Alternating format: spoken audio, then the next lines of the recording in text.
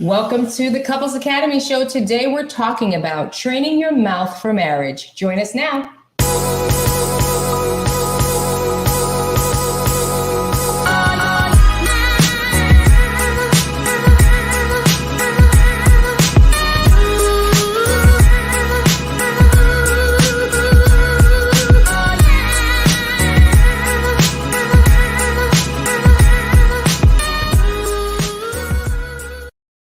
Good morning, all. Hope all Good is morning. well. We're here for another great episode. We're talking about training your mouth for marriage. Yes. I think that's the one thing we all need that we wish we had in the very beginning, because as we've been saying from the very beginning, the number one issue that overwhelmingly the majority of couples struggle with is communication. We just don't know how to talk. We don't know how to talk to each other. We don't know how to talk to ourselves, internal dialogue. We don't know how to talk to our situation. And we keep getting ourselves into trouble because we stumble, mumble, and fumble over bad choice of words that create a worse scenario. Yeah, we say what we say, how we say it, and we expect people to just deal with it. What? All I said was, and your body language and your tone and everything else is wrapped in all this aggression, and you expect for the person that you're speaking to receive it the way you meant it. Well, I didn't mean it that way. What I meant was, well, what you sounded like was how I perceived it. So the communication piece is huge. And I want to kind of dive into 10 principles that you can take home, 10 ideas about what you can do to kind of shift the way that you communicate, and why it's so important to learn different communication styles, because we come into the marriage with our own communication style. We talk about all the time how I spoke in my home, maybe Hassani didn't speak in his home, but when we come together and we're speaking to each other that way, there are these automatic offenses that arise in us. We get triggered because when my mom talked to me this way, I thought maybe she was yelling, and now you're talking to me that way, and all you mean to do is be serious, So all of these conflicts are happening, and we're walking away offended. Absolutely. And so if you struggle with communication, we want to hear from you. We want to know. We see all of you in here: JD, Colleen, Angela, Joyce, Natalie. The list goes on and on and on. Let's just dive right into this. What do we need to do to begin to train ourselves? Number one, the Bible says that life and death are in the power of your tongue, right? So that is telling us very clearly that our words are serious. Our words are bond. It also says that our words don't return to us void.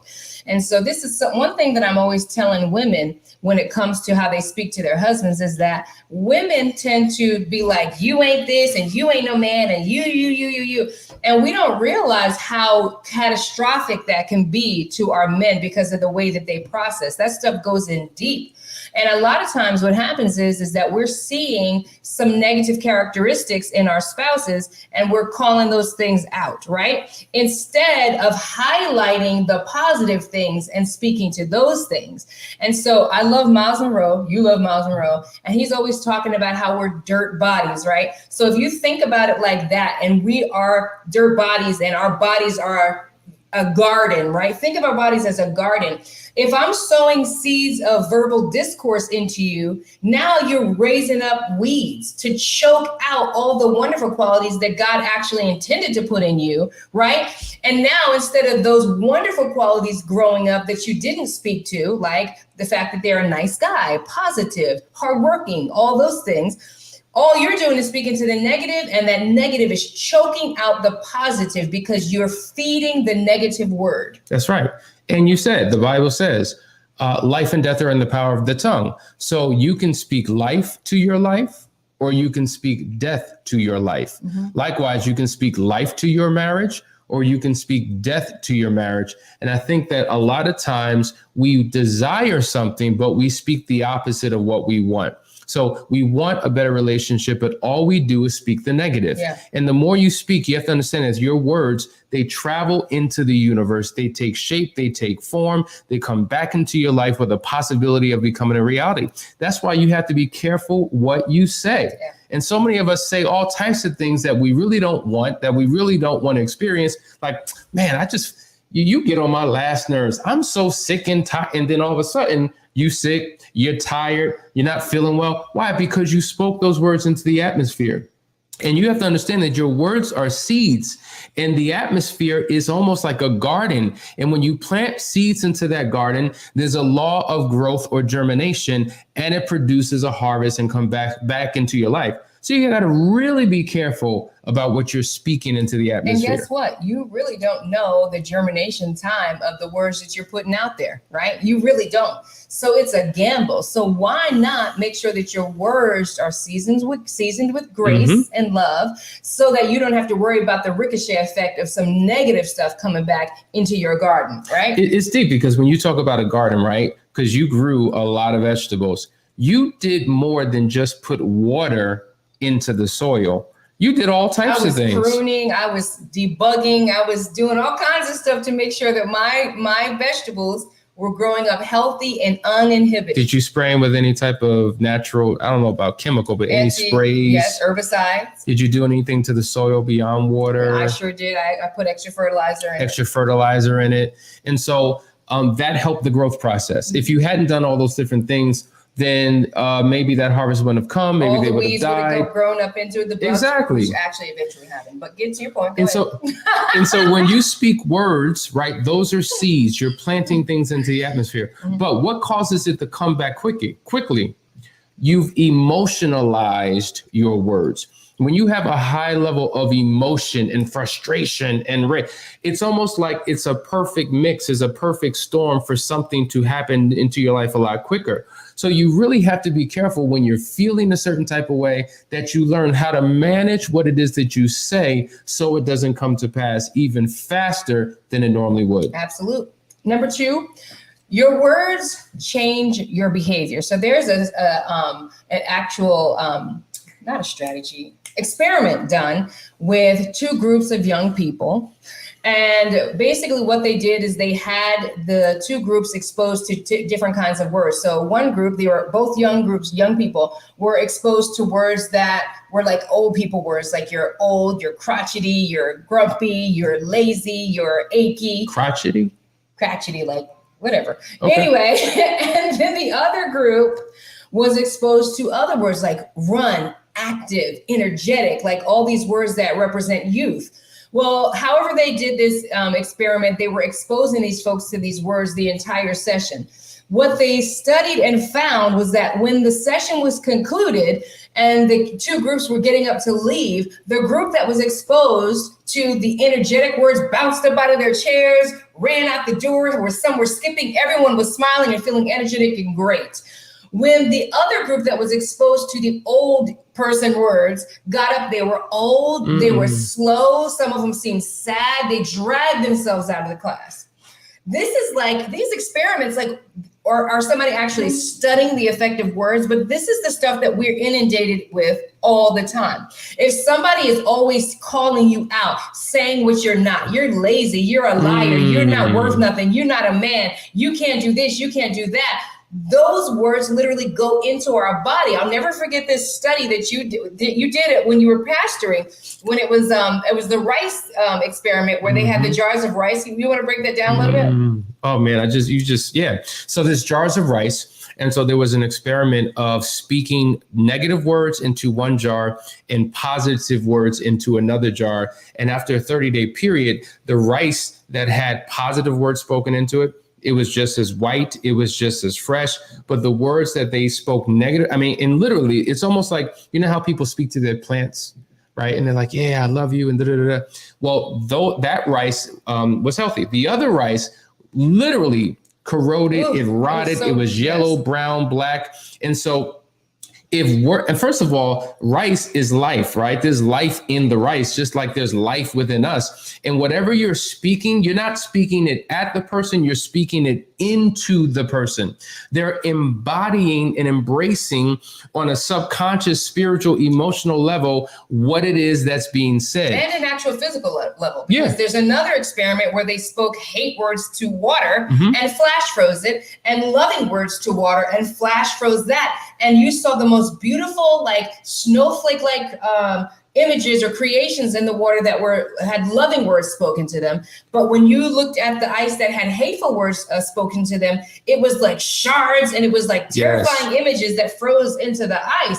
And how much water are we made of? 70% of us is water. So if I got all this water in me and your words are shaping and shifting my water, I'm majorly impacted by what you say to me. And that's why in chapter 2 of the book, The Audacity of Marriage, it's entitled, Help, My Mouth is Killing My Marriage. And a lot of us don't realize what negative impact we have on our marriage and on our spouses through words. You literally feel beat up. You're struggling with low self-esteem. You begin to question yourself. Who am I? Because you've been so browbeat by your spouse's words. Or maybe you're the one with the words. Maybe you're the verbal assassin. And so if that is you, please course correct, because you're doing more harm than good. Let me tell you something.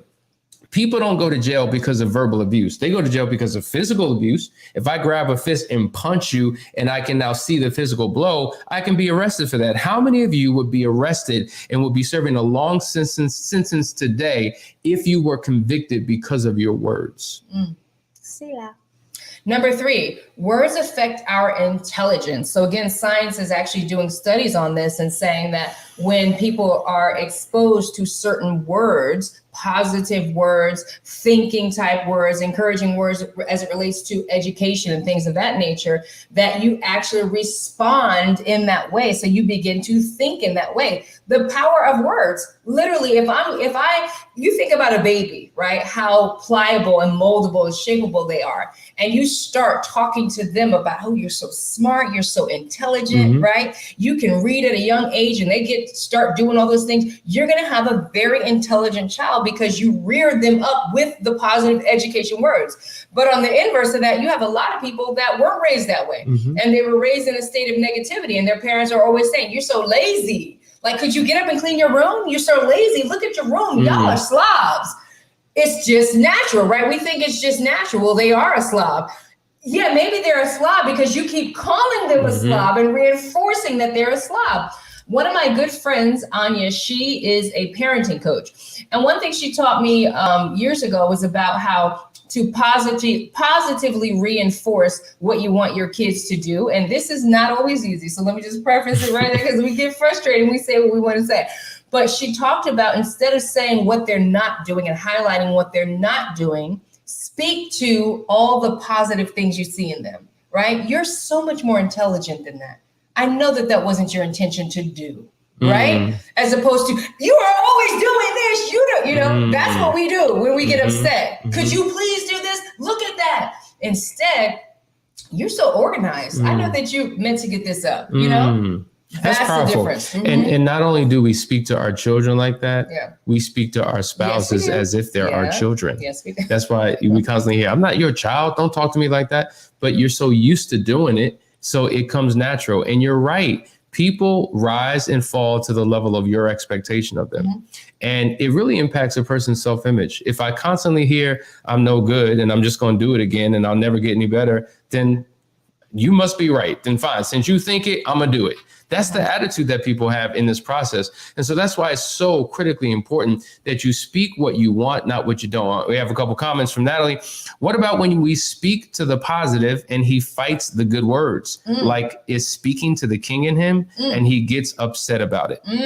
That's interesting, because it actually speaks to the next one. It says, the words that I say to my husband or my wife will influence who he becomes.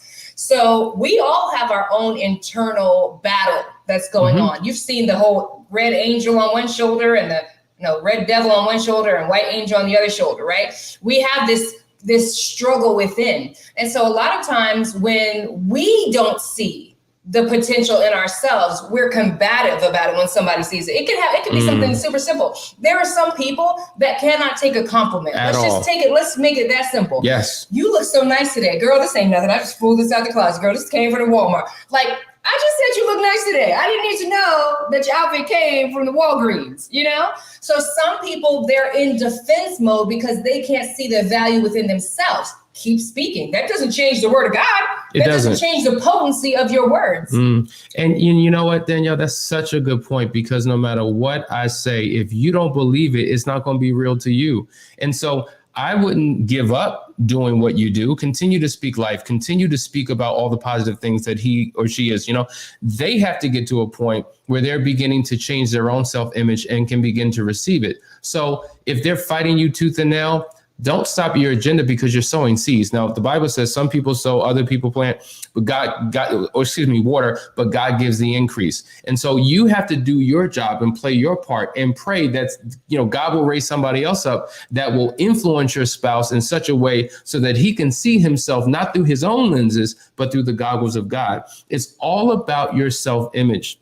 And I think a lot of times in relationships, we come in with our own idiosyncrasies, our own inconsistencies, our issues, our baggage from the past that makes it very difficult to have a great relationship, particularly in the area of communication. So there's some things that we have to unlearn in order to learn something completely new. So it's a process, but don't stop the fight, because you can ultimately win that battle if you remain consistent and persistent in your efforts. Absolute. Number 5, the words I say to others about my husband or my wife will influence who he or she becomes, especially if I say those words in front of them.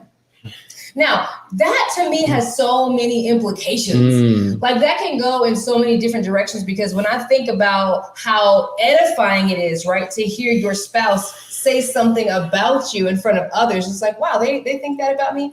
But also it's covering too. Because a lot of people step out of the marriage and do other things to get attention because they don't ever hear a word from their spouse. I hear this all the time. Everybody around me thinks I'm phenomenal, right? But I don't ever hear from my spouse.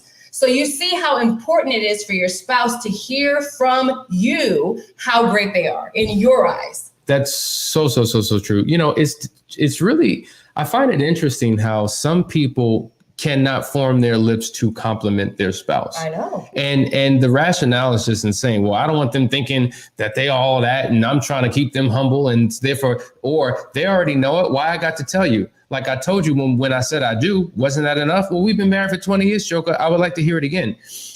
There's a quote that says Mark Twain could survive 2 months off of a compliment. Well, he must have super duper powers, because I need a whole lot more than once every 2 months, some type of acknowledgement of who I am and how I'm showing up. You have to constantly feed and speak into and grow and develop your spouse's, feeling about themselves as it relates to the relationship. If you're void of any type of affirmation about who you are in the context of this marriage, you will start to question yourself.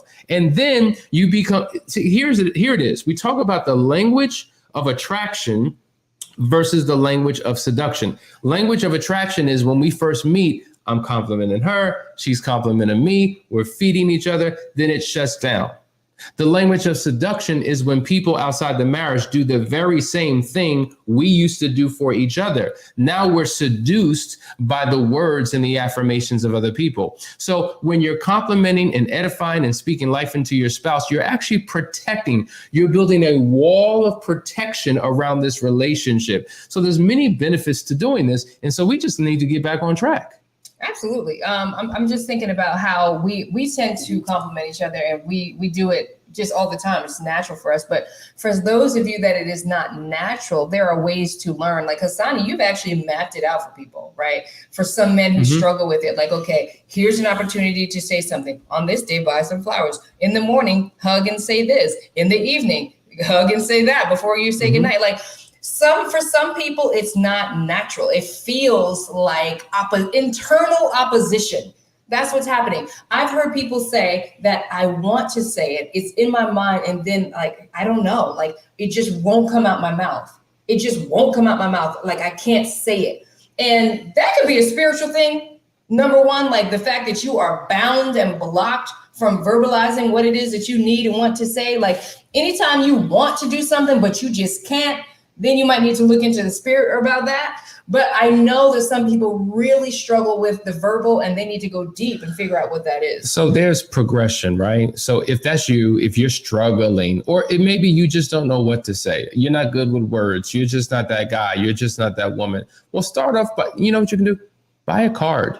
Buy a card that articulates exactly what you're thinking and feeling. Another thing, go on Google and search out compliments to give my spouse, how to affirm or praise my spouse. It will give you hundreds of articles. And all you need to do, copy and paste it, text it to your spouse. It didn't even come from you, but it was the fact that it was on your heart to do. So literally you could build up a chest of compliments that you give randomly. There's something called the love nudge. Okay, so if you ever read the book, The 5 Love Languages, or took the quiz, The 5 Love Languages, the love nudge allows you to put your languages or your spouse's languages into this app, and it tells you what to do. It gives you advice on what to say, what gifts to give, how to spend quality time, all those different things. So there's so many devices out there that do the work for you. All you have to do is just show up. Absolutely. Stephen says, words are etched into one's soul, especially when coming from someone we love. Absolutely. That is so true. Yes. And that's why you have to be really careful what you say. Angie, yes, love Mr. Monroe, learning a lot about marriage through them. Miles Monroe, that is. Mm-hmm. We kind of hit that. Let me scroll down to another one. JD says, I have issues with communication issues, but I think it has to do with the way I understand. So I explain very basically, and I'm told, don't speak to me like a child. How can I fix that?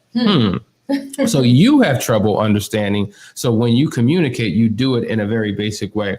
And it goes back to, we love other people the way we want to be loved. We treat other people the way we want to be treated, and that doesn't always work. See, that is what we call the golden rule. Do unto others as you want them to do unto you. That works in many areas of life except for relationships. In the confines of relationships, the platinum rule is the name of the game. What's the platinum rule? Do unto others as they want or need done unto them. See the difference? I'm not doing for you what I want for me. I'm doing for you what you want for you. That way we both win. So maybe she's quick, she gets it, she's fast, so she doesn't need you to break it down like a third grader so she can understand. In fact, she feels insulted when you do that because you're telling her she's a child. But maybe she's quick and fast but you need her to slow down for you. That's why it's important to understand each other's communication styles so that you win and it doesn't become a constant conflict and battle and struggle. There's another side to that too, that sometimes we have underlying anger and aggression towards our spouse, right? This comes from issues that have never been dealt with, right? So that when you're in a conversation and there's a misunderstanding of some sort, and somebody has to ask you to explain it again or whatever, if you have difficulty communicating, then a lot of times we will resort to talking negatively or talking in a patronizing way, right? I can talk to Hassani in a way to break it down, talk slowly so that he understands, clear up any confusion in a way that is respectful. Or I can talk to him, let me break it down to you like a kindergartner and talk to you like you're a kindergartner, which now makes him feel some kind of way because it's insulting now. Like, I don't need you to insult my intelligence because I need you to explain it to me differently because the way that you explained it to me the first time didn't connect well. You see? So there's a lot of that stuff going on within relationships where we're just angry with each other. And so we talk to each other in a way that helps us release our frustration. Yes. Number 6. Complaint mushes the brain. Now I got to read this for you because this is deep. It says, according to Trevor Blake, author of 3 Simple Steps, even listening to words of complaint for as little as 30 minutes strips away neurons in the hippocampus area of our brains and turns your brain into mush.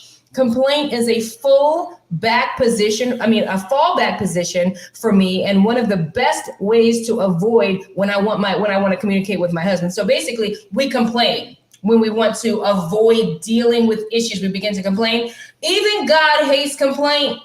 It's what the children of Israel were doing when they were murmuring and complaining for 40 years in the desert. Maybe the reason why they were lost in the desert for 40 years, which I never understood, is because their brains turned to mush from complaining. It's just so interesting how science and this word of God so often parallels almost down to the very detail of things, that God doesn't hate complaining just because it's actually dismantling his perfect work in your brain. That is deep. Very deep. I'm learning while I'm doing this show. That was powerful. Right? So your brain turns to mush the more you complain. The more you complain, science is showing that it is actually taking away neurons from the hippocampus area of your brain. So it dumbs you down. It dumbs you down. Instead of coming up with solution, you get entangled in complaints, murmuring, and you never look at solutions. That's a good point, because a lot of times, think about this. We take our couples that we work with through a tool that helps them to resolve conflict quick, fast. Without the tool, most couples just complain and they argue and they fight, and they spend the majority of their time talking about the problem and not the solution. So after hours and hours and hours and days of conversation, so what's the solution? I don't know. Like, they can't come up with an idea, because maybe they've robbed themselves of emotional and relational intelligence to figure things out because they were so caught up in murmuring and complaining. Mm-hmm. This is deep. Mm-hmm. Now that's something, like, if there's any takeaway, that's a huge takeaway. Mm-hmm. Oh my God. Let's see what. All right. My wife is, so self-confident of her and doesn't want me to compliment her all the time. What do I do? That's interesting. I mean, at the end of the day, you're complimenting that. I guess I would want to have a conversation to know, what does she feel? What internal dialogue is she when you compliment her? Is she just like, I'm good, I already know that? Does she feel some type of, like, that's worthy of a conversation to unpack what that's all about. Like, even a self-confident person, I don't know anybody who has an aversion to hearing more of what they already know. Mm-hmm. So I'm thinking there may be something more to that. Yeah, absolutely. That I've never heard that scenario. Like, I'm very self-confident, so I'm good. I'm good on the compliment. You don't need to tell me how fabulous I am. I already know. There's a little bit of arrogance in there. Without a doubt. Definitely. Like, I'm so good, I don't need you to tell me, I know. And then some other stuff going on. And that speaks to, it's so funny. I was talking to a couple and I was just like, listen, guys, when you remove your ego and your pride, and one of the wife was just like, I don't have ego and pride. I'm like, you have ego and pride. You're a human being. There's ego within you. There's pride within you. So when we talk about narcissism, typically is associated with a man, as if women can't be narcissists, as if women can't have ego and pride. You can.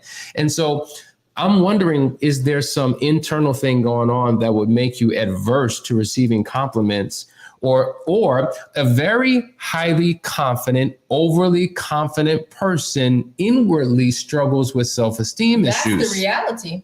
That's the reality. The truth is that if you are overly confident, if you are arrogant, if you are a narcissist, at the root of that is a lack of self-worth. So if that's true, then you can understand that people put up a facade and a mask all the time to mask how they truly feel about themselves. There's a lot to dig into that. I mean, that's something that she should work on, and you could work on together to unearth. And that's why a session is so important, because it helps you unpack those things. Yeah. Here's another one, number 7. Every single day, I'm influencing myself with the words that I tell myself about myself. So this shows up a lot in marriages as well, because, a lot of times we are self-deprecating. Is that right? Mm-hmm. Deprecating? Mm-hmm. Where we are critical of ourselves, right? So if I'm like, getting dressed and my husband is saying, oh, girl, you look good. And I'm like, oh, I ain't got no hips, so doesn't matter, because I don't have big hips, right? So if I'm criticizing my no big hips, right, and Hassan is like, but I like what I see. Like, I'm good with, like, don't criticize yourself. A lot of times we criticize ourselves. I'm so fat. I'm too skinny. My skinny tail. I'm too short. I'm too tall. My big feet. My big hands.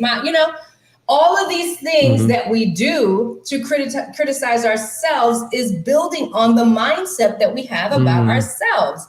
Also, a lot of times our spouse really just doesn't like it. They don't want to hear that. That's so true. That's so true. And it's just like, you know what? It's hard for you to receive a compliment if you don't believe it about yourself. So I could understand the aversion in that. But see, that's why you have to work on yourself. Mm-hmm. That's why you have to constantly build. See, this is why we say this all the time. Like, you want to have this great relationship, but you don't realize you become oblivious to your own self. You're unconscious of your own thoughts, emotions, and behaviors, and only see the problem in your spouse, but don't see how you're showing up. Right. And if you just become a healthier you'll have a healthier relationship. Yes. You know what I'm saying? If anybody's ever seen the movie, I think it was Why Did I Get Married? Mm-hmm. Is that the one with Jill Scott? Mm-hmm. Okay, where she was like, her husband was doing all kinds of stuff, and she ended up meeting this police ranger, and he was fit and he was handsome, and she felt overweight. And every time he was interested in her, and every time they would get together, she was just like, I'm so big. I'm hungry, right? I remember that. You want to get something to eat? He said, you want to go get something to eat? You know I do. You know I'm hungry, right? He was just like, could you do me a favor? Could you, if you don't, I think there's nothing wrong with you. I think you're beautiful. But if you don't like it, do something about it. So true. Then do something about it. But don't be self-deprecating and talking about yourself and putting yourself down, because now you're building upon the psyche of what you actually think and feel about yourself. And you begin to behave a certain way. It's not attractive either. Like, what's attractive is confidence and a surety. That's not attractive when you're constantly beating yourself down. Actually, it becomes annoying and frustrating and unattractive. So these are things to be mindful of. There's a few comments we want to hit them. Marriage is forever while each spouse is alive until one passes away. But you can divorce if you have to, but you must remain single or else be reconciled back. I look to the prophet Hosea. Okay. So how does that tie into what we're talking about? Or is that a random statement that you want us to discuss? Marriage is forever while yeah, that's true. Until one passes. That's very true. So maybe that's a topic you want us to talk about at a later point. Thanks for sharing that. Well, if there was infidelity in the past, she, the wife, may feel like he's lying. She just don't want to hear it from him. I hear you. Okay. I hear you, Xanadu. Absolutely. These are the nuances that you get into when you're in counseling. That's something that would become an issue. Like, why does she never want me to compliment her? Well, it would come out in a session. It's because you complimented the other chick the same way. So I don't believe you. So these are the things that do come out in sessions. Very good point. Here's another interesting point. What if your wife values an affair partner or people's compliments more than yours? Yeah. That happens a lot, unfortunately. And so that speaks to a relational issue. That speaks to something that's going on or going wrong in the dynamic of your relationship. And so, guys, listen, this is why we encourage you, get some help. A third party weighing in can help bring perspective and clarity to things. And guess what? You may ask your spouse, why do you think this way? Why do you talk that way? Why do you do that? They may not understand. They've been doing it for so long. It's just who they may be. They're not consciously aware of the reasons as to why. But when you have somebody that can help unearth it, not only is it revelatory for you, because now you understand why your spouse does what they do, it's revelatory for themselves. And then you can begin to course correct because you have a working knowledge as to where this comes from and what to do about it. Before we wrap up. All right. Points. All right. So hold on one second. Go ahead. All right. So number 8, every single day I influence others with my words. So we are influencing. Think about it. If you're an encourager, you're always telling somebody, hey, you did a great job. Or if you're not an encourager, you're using negative speak. But the point is that our words have the power to encourage. So when our spouse is down, when they don't feel like they're measuring up, it's our job to swoop in there and say, no, let me remind you of who you are. Let me remind you of what God said. Let me remind you of the vision. That's the job. Absolutely true. I mean, great point. Okay, one more. Number 9, words come with emotions attached. Now, you talked about that, right? That, I can say, I love you. Or I can be like, I love you. Do you know what I mean? And there's a different energy that comes with that. That's why when we pray, a lot of times we rile ourselves up and we become emotional in prayer, because there's something that happens in the atmosphere when we put energy behind our words.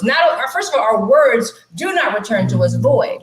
But when we get ourselves into a position and we are emotionally charged with those words, there's breakthrough. Yeah.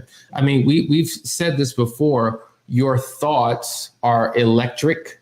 Your feelings and emotions are magnetic. So electric thoughts shoot out, feelings and emotions, which are magnetic, pull in. And so whenever you think a thought, it triggers an emotion. And when those two things come together, it's now an electromagnetic frequency that brings situations, circumstances into your life based upon what's happening internally within you. So it's almost like some will call it like inner engineering or inner alchemy, if you will. Whatever your reality is within you, you begin to project and manifest outwardly. So your circumstances really are a result of what's going on the inside.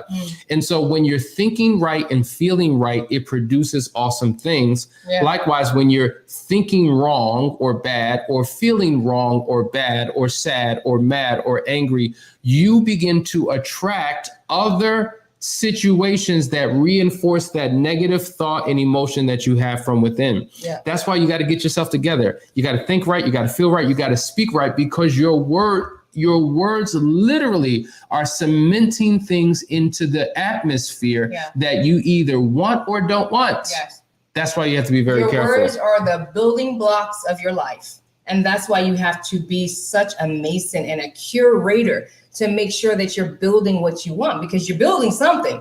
Most of us are building out of ignorance, and we don't know why we have the same stumbling block every time. I thought I was going this way, and then every time I get stopped by this. Well, you built it with your words because you were knowledgeable of what you were doing. Number 10, I can see a situation very differently just by changing the words that I use. And this is something that I know to the core of my being is true when it comes to everything. You know, a lot of times we have this habit. I'm so tired. I'm so tired. I'm so tired, right? We do it because we get tired. I want to challenge you to do an experiment. The next time you feel tired, start saying, I got energy. I feel great. I feel alive. I feel like taking a walk. I feel like taking a run. Change your words and see if your body doesn't begin to change, if your energy doesn't begin to change. That's how powerful your words are. The words that you speak actually affect how you feel. And this is the difference between fact and truth. The fact may be that you're tired, but the truth is you're fully energized. Think about it. The Bible says, let the weak, fact, say that I am strong, truth.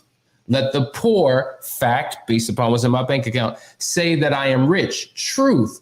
Because your current situation may be, okay, I don't have what I want. I don't have what I need in this moment, but I'm not poor. No, I am rich because I have a Father that has all of the riches, and I have access to him, which means I have access to those resources.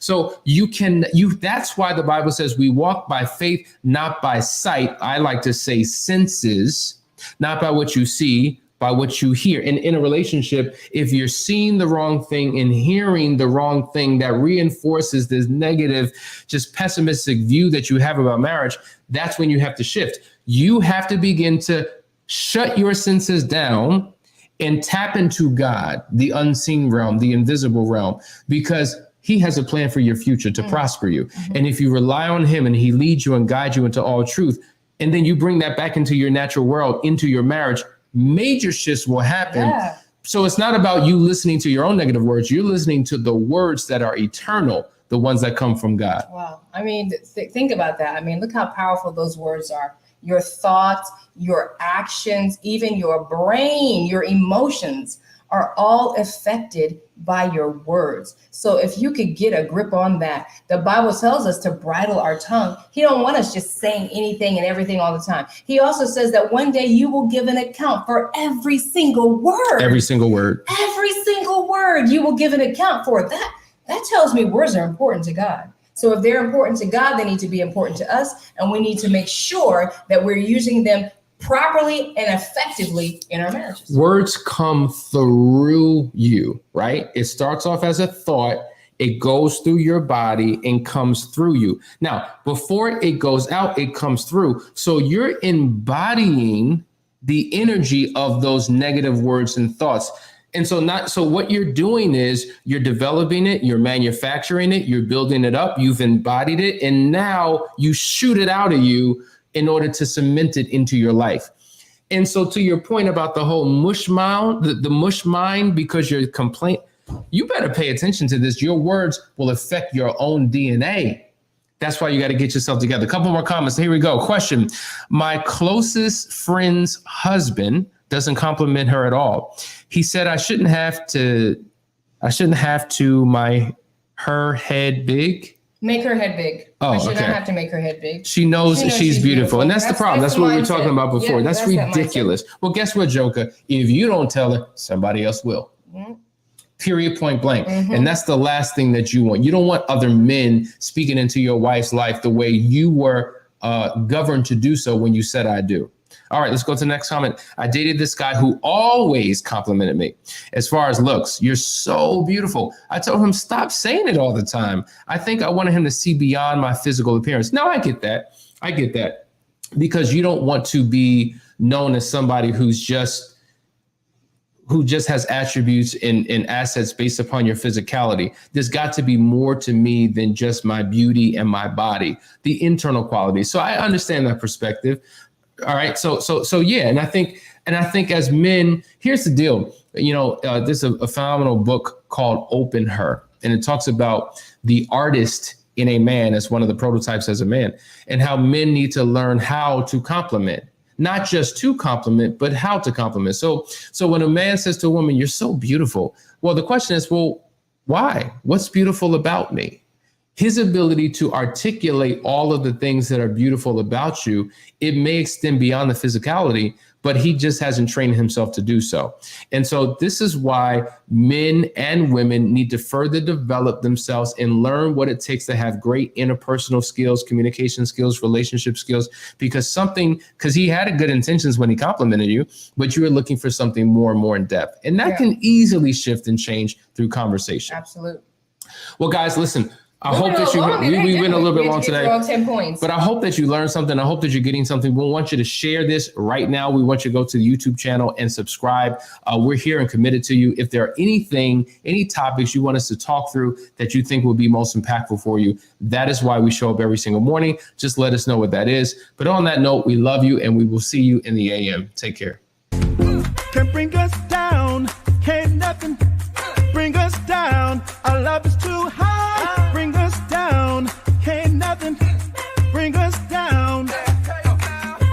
Bring us down, can't nothing bring us down. I love it.